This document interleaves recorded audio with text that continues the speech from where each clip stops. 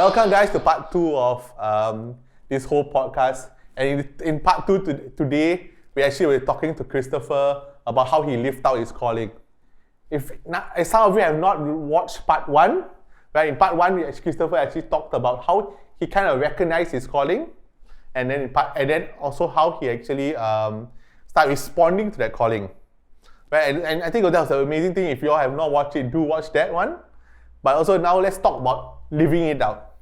So Chris, how did you live out this calling that you shared about earlier? And I think to recap it, you talked about how you responded through your calling by knowing through your faith, right? You talked about your faith, and after that, you also talked about you wanted to respond towards it by giving to the world, giving to people, and I think like you did also talk about formation, right? You're not mistaken, yeah. So I think maybe recap a little bit about that, but also then share with me, how do you start living out that call?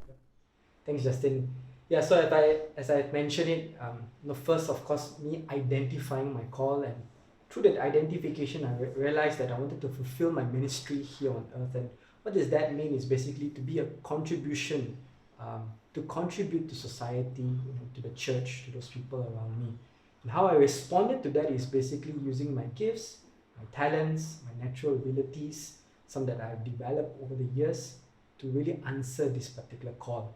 And how I live it out, maybe just share a few points.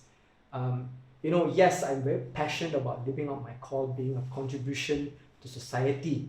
But Justin, also in our many conversations, even before as a life coach, he said this: Chris, don't be a yes man.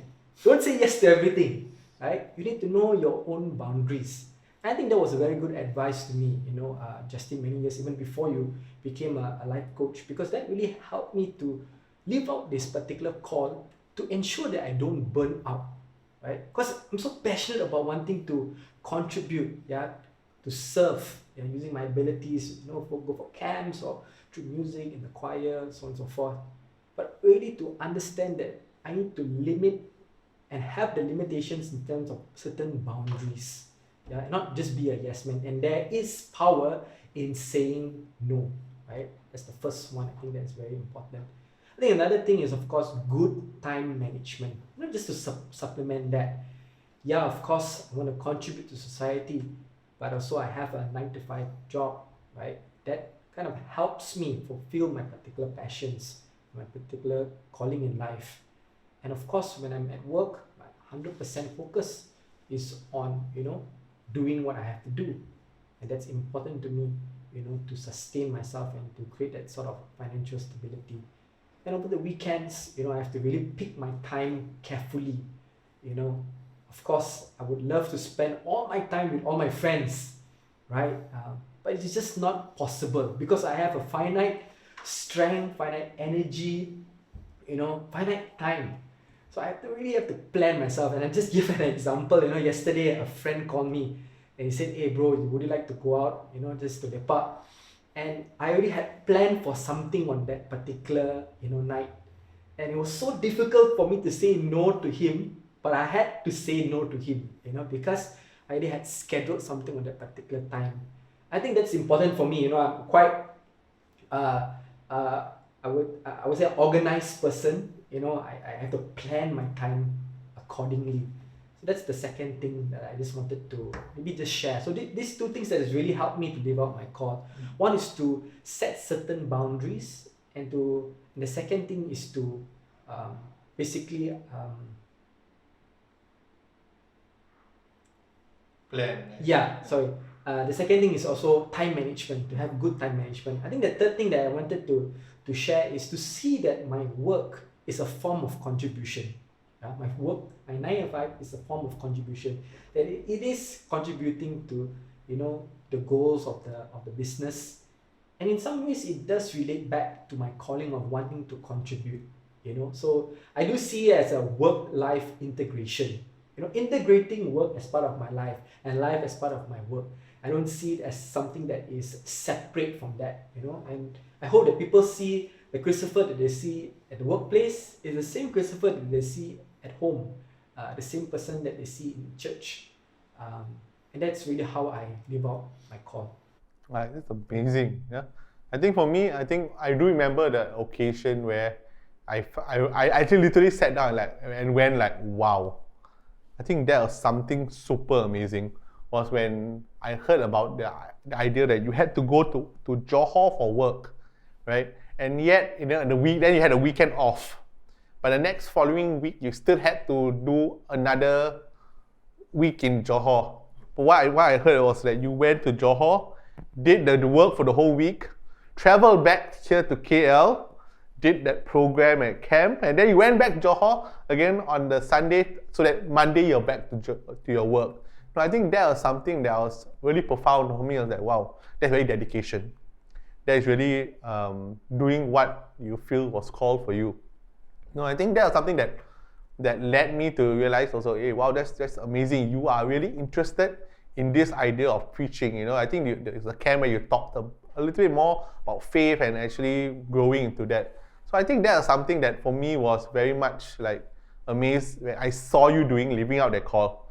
So I think for me, that idea of that is that I think I'm so happy to see that, throughout the years you have grown to that. I think I knew you since we were at 15, and I think that friendship grew, and I saw you living out until where you are now, So I think that for me, I was looking at it as like seeing you come alive. I know it's exhausting.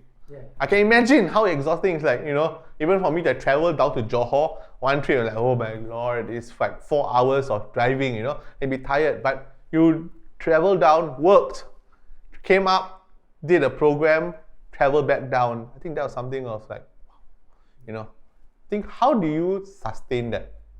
Do you feel that that's something that you are growing into? I think the idea that of sustaining that is like you talk about time management, and I agree with you. I think we have a group of friends, that keep on disturbs you and says, oh, Christopher is always missing, don't pull a Chris, like always disappearing or like in other words, feng fei ke, like don't come and join us. But I think that you talked earlier about where you had to say no to someone. I think that was something that was like, yeah, you do have to say no sometimes to actually do that. I think that's something that I see you do quite often lah. I don't give you hard time for that lah. But I think we do have some friends that do that. But it's also like a reality that that happens. So I think what grows in your mind in that capacity, because I know you have to juggle a lot of things. I know you're active in church and the religion side of it. I know you're active in work. You have a 9-to-5 job, and you have also even your family time. I many times you have told me, Justin, Sunday don't touch me. It's family time. I think that's something that boundaries that you set. I think that's something that's really amazing, lah, bro. Yeah. I think really to sustain this call, what really motivates me is that at the end of the day, I go back to the first point of this whole entire podcast that I was talking about. It's really the passion for me to respond, to my call. And I really want to respond to my call because, there's a saying that be who you're meant to be and you will set the world on fire. And I think for me, I really taken up that particular statement because I really want to be who, I'm meant to be. And in order to do that, I need to put certain sort of boundaries in place, right? So that I don't burn out. Now, I'm not going to, sit here and say that I've not burned out, because Justin, you and I are well aware that there are moments that I burn out, and really just to come back on, come back to it can be sometimes so difficult, right? And I think I'm looking at it in sustaining it for the long time, and I had to tell myself, Chris, this is not a sprint. It's not a sprint. Responding to my call is not a sprint, but it's a marathon. And if anyone has, ran a marathon, I just recently ran a 21K. Basically, at the end of the day, it's just sustaining a constant pace, right? If you, for the first 5 kilometers, run with all your energy, right? Run with all of your might, you're going to burn out. You're going to punch it. And so, the first 5 kilometers for me is usually very critical because that sets the pace for the next few, 30 or so kilometers. And I think I had to kind of like relearn that back again. I need to pace myself because, of course, I know I'm just turning 30. I have many more years to go, right? And I want to sustain this particular call for as long as I can. But I think also maybe Justin, for you to share, how do you weigh out, as you juggle things between what is important and what is not important in the light of sustaining one's calling. I think that's interesting if you could share that. Yeah, I think for me, like what you shared or something like really insightful already, and I think the viewers will definitely be blessed by that.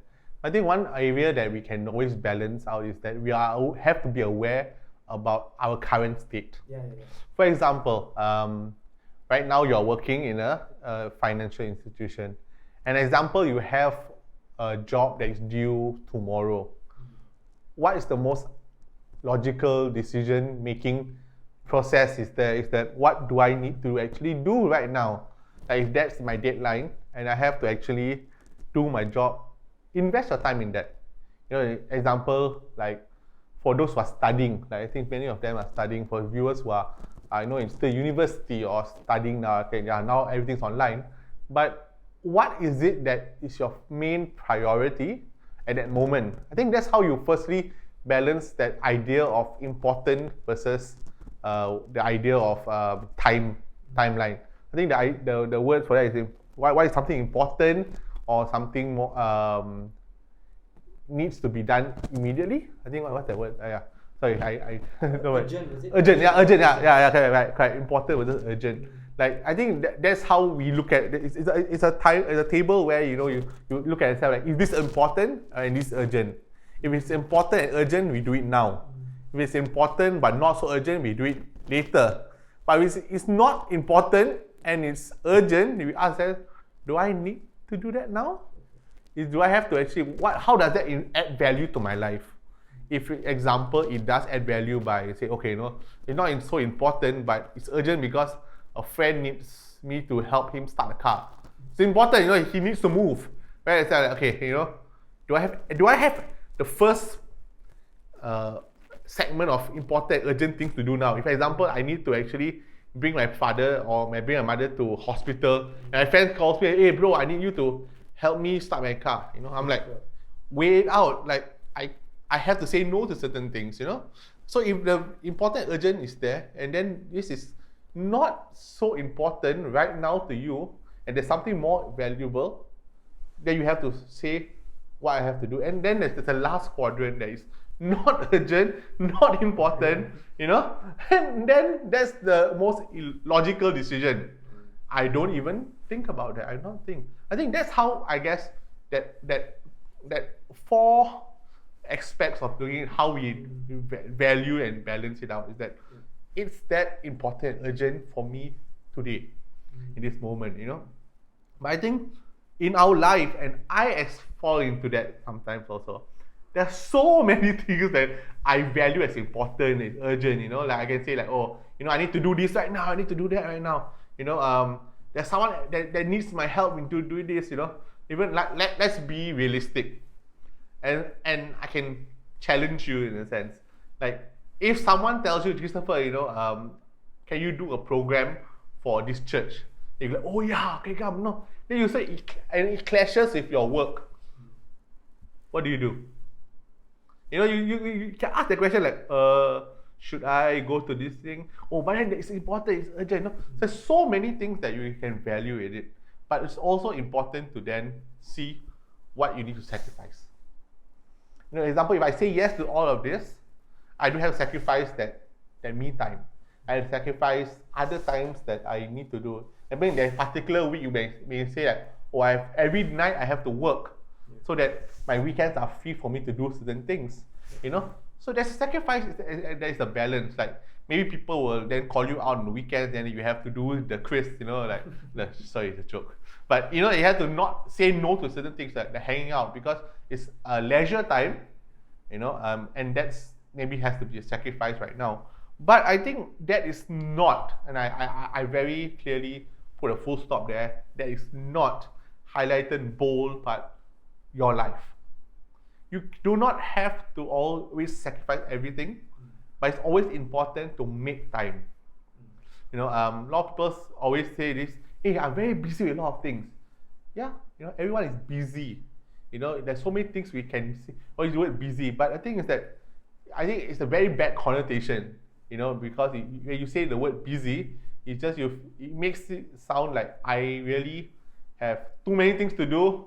I am like pull away, and I can't really do something that is important. I always use the word yes, I'm preoccupied. I have a lot of things to do, but I will make time to do something that is important to me. And I think that is something that we have to balance out also in the area of weighing things out. For example, is that when we talk about important things versus urgent earlier, now we are talking also in the second idea of not only important and urgent, but also making time for something that is your passion, something that you are interested in. So earlier I give an example. Will you do the program and camp that someone invites you towards? That's the idea that we want to talk about. Like, are we able to do that? Like say example, I meant to make time this weekend to do what I'm passionate about. I think earlier in the last podcast I did talk to Jose about it. Yeah. I think I see the similarities with you and Jose also, in that you always are making time for what is important to you. You're always making time for what is necessary for you.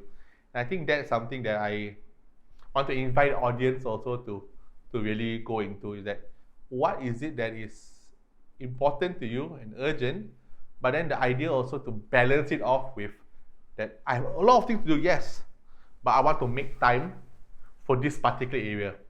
I want to make time for my passion. I want to make time for my giftings, so that I think it will live out to that sentence that you said earlier.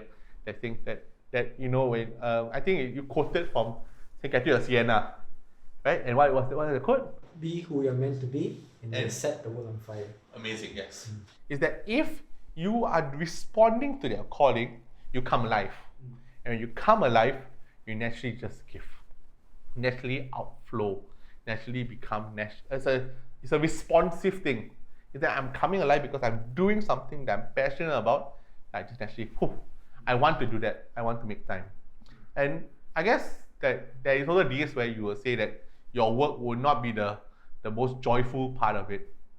Where you have, I got so much meetings, so much stress, so much things to do things. And then like for you, not many people know you're actually an introvert, right? Like you do enjoy talking to a lot of people, but so like for you, I know it's a passion that you go through. That you put your passion up first, beyond the personality, the personality thing. And I think that is something that we also have to be realizing, that your passion can challenge you to grow in an area, but also to respond to it makes you come alive. Maybe so your personality wise will be drain you, but because you are responding to that passion, you naturally come alive. Yeah, I understand. Although people don't see the part of Chris where after the whole thing, where he's finished doing what he's passionate about, he goes and rests. Yeah. Like in many camps I've done with you, I see that capacity. But I think that is something that's so amazing. Yeah. That you balance out everything, you prioritize, the word prioritize, and I think that's how we respond towards that passion. Is that, to recap, is that we look at what's important, what is urgent, and that structure I shared earlier, but also the idea of responding to your passion and making time for that, right? So then you actually see that, I'm in this week, I actually did something that I love, Yes. something that I'm alive for, and then you naturally come alive. You don't feel exhausted, you don't feel tired, you just feel fulfilled, right? Yeah. Great. Right. So thank you guys for watching today's episode. I think this past episode, in episode 3, and this is episode 4. I thank you for being part of both episodes. I think you shared so much amazing things, and I really enjoyed it. Where you talk about knowing, responding, now living out the passion in this episode. I think you did a lot of nuggets of information that you shared. I think I really enjoyed being with you on this podcast. I think, and then thank you so much, Chris. Thank you for having that. me, Justin. Right, Thank welcome. So guys, do share this video, these 2 videos to the people around you. That hopefully that people will be blessed by whatever you share, whatever you're shared to you, and that you can also use whatever was given to you today to actually set the world on fire, right? So I would like to invite all of you also to like, share, and subscribe to this video. Always just using this video as to bless others. That's the key that we want to talk about today, is that I want you to invite you to bless others by sharing this video to them so they also can learn from it. You know, it's not only just me trying to talk and just trying to do this, but rather the idea is to share and help people out there. All right, and so with that, I want to just thank you all of that, but also invite all of you to do like all our social medias. We have Facebook, we have Instagram, and I shared in other podcasts that we are always sharing content there. So do check it out, share that content to people. We always have that Motivation Mondays, Thoughtful Thursdays, and moving forward, Saturdays. And all of this is actually to help people out there. Help each one of you to actually grow, to move forward. And I do this because I see that how I add value to the world, And I think thank you all for actually liking and joining us to this video. But also don't worry, we always going to continue giving more content and developing this YouTube channel. So I thank all of you for watching today, and I want to see you all in the next video. And thank you all so much.